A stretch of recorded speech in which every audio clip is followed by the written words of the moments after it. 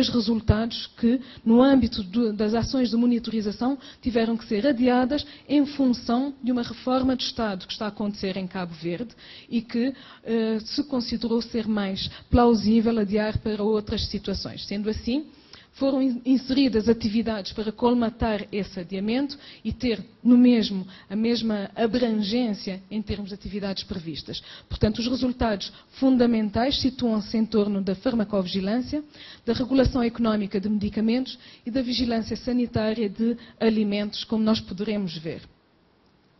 Em relação à farmacovigilância, passando muito sucintamente pelos principais marcos daquilo que foi feito em relação a estes anos, existe neste momento já a funcionar em Cabo Verde um grupo de trabalho de farmacovigilância. O conceito que existe do projeto de hospitais sentinela do Brasil foi discutido no âmbito desta postura de abertura, de diálogo, para ser estendido e ser ampliado numa abrangência muito mais alargada e ser a base para a criação do Sistema Nacional de Farmacovigilância. Estão incluídos os 2 hospitais centrais de Cabo Verde nesta rede de hospitais sentinela do Brasil e existe já uma proposta de anteprojeto para a criação do Sistema de Farmacovigilância. O projeto piloto já funciona com uma série de hospitais centrais, regionais, algumas farmácias e centros de saúde que já estão a testar esse mesmo anteprojeto. Existe já uma rede de gestores de risco que está criada. Houve formação de técnicos da ARFA e de instituições integrantes nesta rede e várias ações de sensibilização foram promovidas pela ARFA com o suporte técnico da Anvisa, neste caso concreto do NUVIG, responsável por esta atividade. No que toca à regulação de preço de medicamentos, que foi, no fundo, o motor de arranque para este projeto de cooperação, tudo começa com uma apresentação de uma servidora que neste momento já não faz parte da Anvisa, que a doutora Vânia, que estava a fazer uma apresentação em Cabo Verde a convite da Agência de Regulação Económica, e a conversação começa aí e começa então este projeto que começa por ser identificado como um ato isolado para a questão da regulação de preços de medicamentos. Há a decisão do Governo de Cabo Verde de privatizar o setor farmacêutico, havia a indicação de dar a prioridade para essa área. Então, esse enquadramento legal, um modelo de fixação de medicamentos, existe já publicado pelo Decreto-Lei 22 de 2009. Seguidamente, foi feito um enquadramento legal para um sistema integrado da monitorização do mercado farmacêutico, com os respectivos decreto-lei e decreto regulamentar. É de chamar a atenção que muitos dos resultados não significam que estejam alinhados e não representam exatamente a forma de funcionar aqui no Brasil. E é exatamente a forma de trabalhar, o diálogo constante, a discussão, que fez com que fosse possível as adaptações necessárias. E a riqueza deste projeto, desta forma de trabalhar, foi exatamente ter a chamada de atenção de técnicos com a competência com que exercem as suas funções, chamadas de atenção.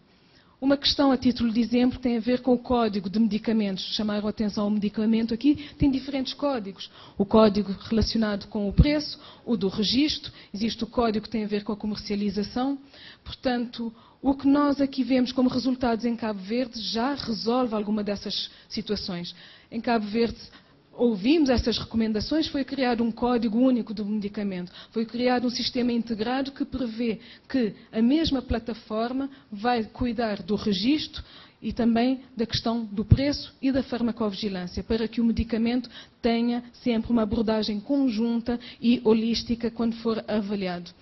A lista de preços já está avaliada e já está publicada e, portanto, com base nas recomendações e de várias discussões, o que está neste momento e que já existe o sistema informático a ser testado, a ser criado o Observatório de Mercado, que vai integrar numa fase inicial preço e estoque, que já está a funcionar, com a codificação única do medicamento, para fazer alertas em relação a rupturas de estoque e depois a questão de o registro de medicamentos, que, como referi há pouco, foi adiado, mas que vai ser integrado exatamente na mesma plataforma para alertas e também para farmacovigilância. Em relação aos alimentos, como se costuma dizer, last but not least, não é por menor importância. A estrutura organizacional do Sistema Nacional de Controlo de Alimentos está definida com todos os intervenientes que foram identificados. É um modelo de sistema integrado. A proposta de organização desse sistema já está finalizado. As próprias estruturas de articulação, a Comissão Técnica Central, o Conselho Geral já estão empossados e já estão a trabalhar. Este ano já houve 5 reuniões da Comissão Técnica Central que prevê a articulação de todos os ministérios, da sociedade civil organizada, através da defesa de consumidores, de universidades e também dos próprios operadores económicos que estão representados nessa Comissão Técnica Central. Foi também a elaboração, como resultado também a salientar, a elaboração de anteprojetos que estabelecem a lei de bases para o controle de alimentos, nomeadamente no que tange à higiene, à rotulagem e à publicidade dos alimentos. Áreas que eram lacunas e que não vale a pena aqui explicar a importância e o diferencial que vão representar para a sociedade cabo-verdiana.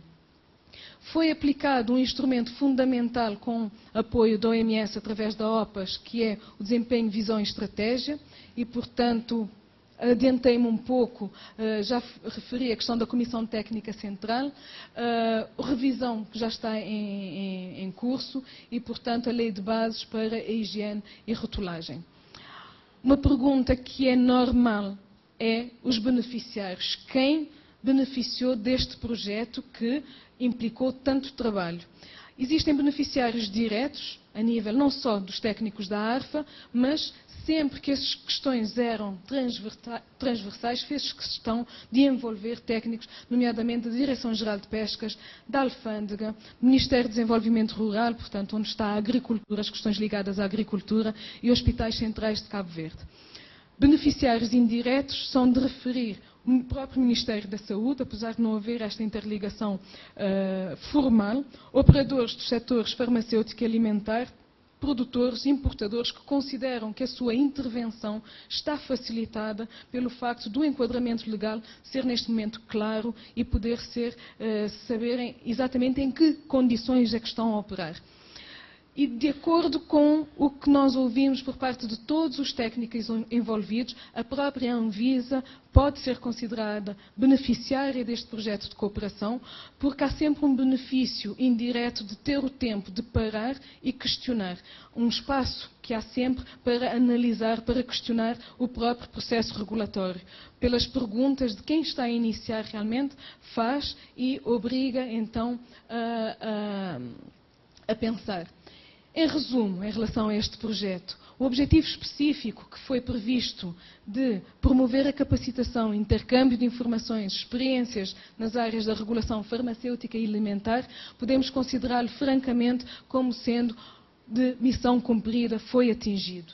O objetivo de desenvolvimento, que é de consolidar a ARFA como agente regulador dos setores farmacêutico e alimentar, penso que será compreensível que é muito difícil considerar que um projeto dessa natureza possa ser finalizado em 3 anos. Portanto, é um processo que consideramos que realmente está muito adiantado, mas que está em curso. Volto a frisar que a ARFA não aparece de uma outra estrutura, mas é criada realmente tendo que optar pelas suas próprias prioridades e todo o quadro de legislação a seguir.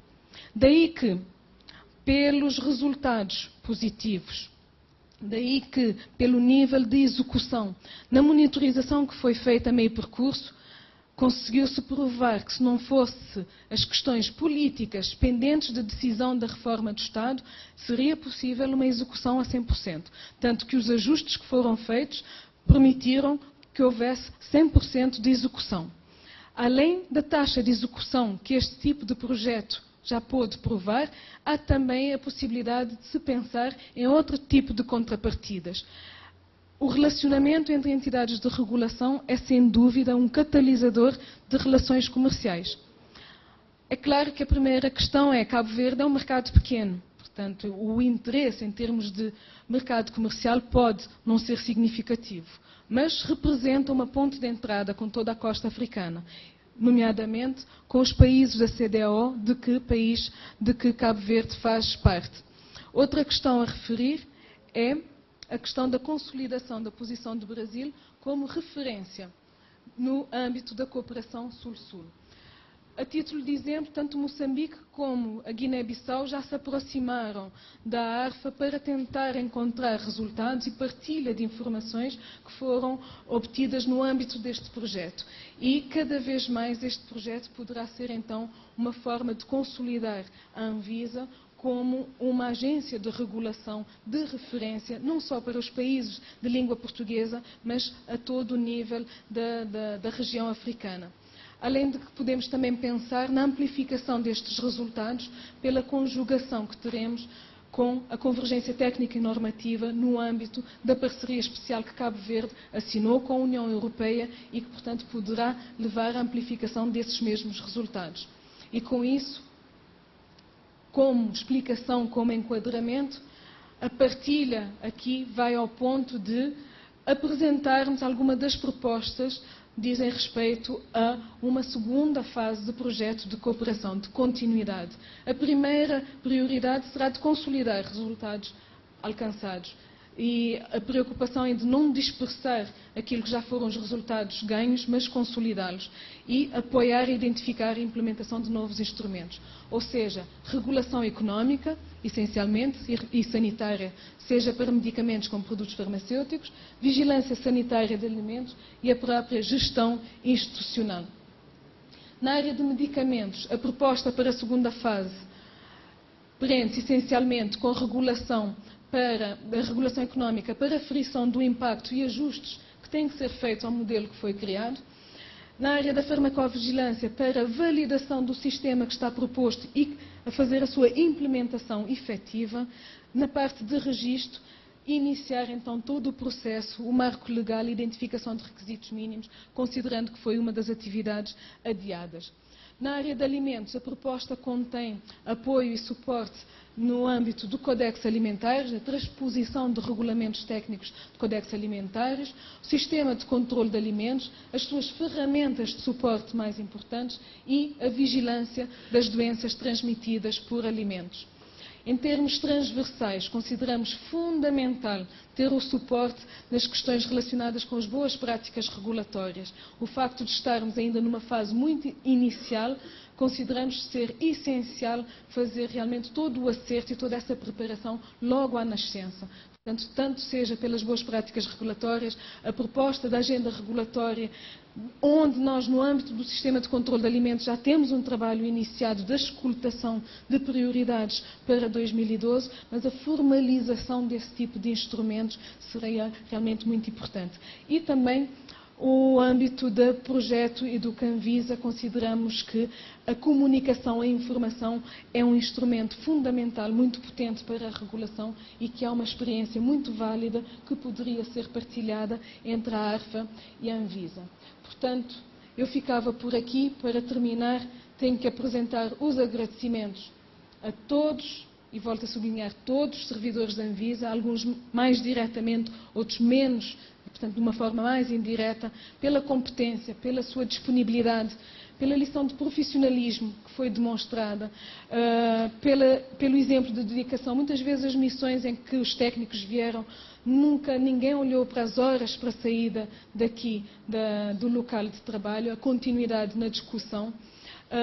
E de algo muito interessante, quando as missões eram em Cabo Verde, a forma como os servidores chegavam a vestir a camisola e diziam: nós podemos fazer isso, podemos fazer aquilo, e portanto o sentimento de terem vestido exatamente a camisola e as preocupações da ARFA. E portanto, pela reiterada manifestação de dar continuidade a este projeto, pelo menos teria que agradecer, e realmente fica com muita sinceridade um bem-ajam.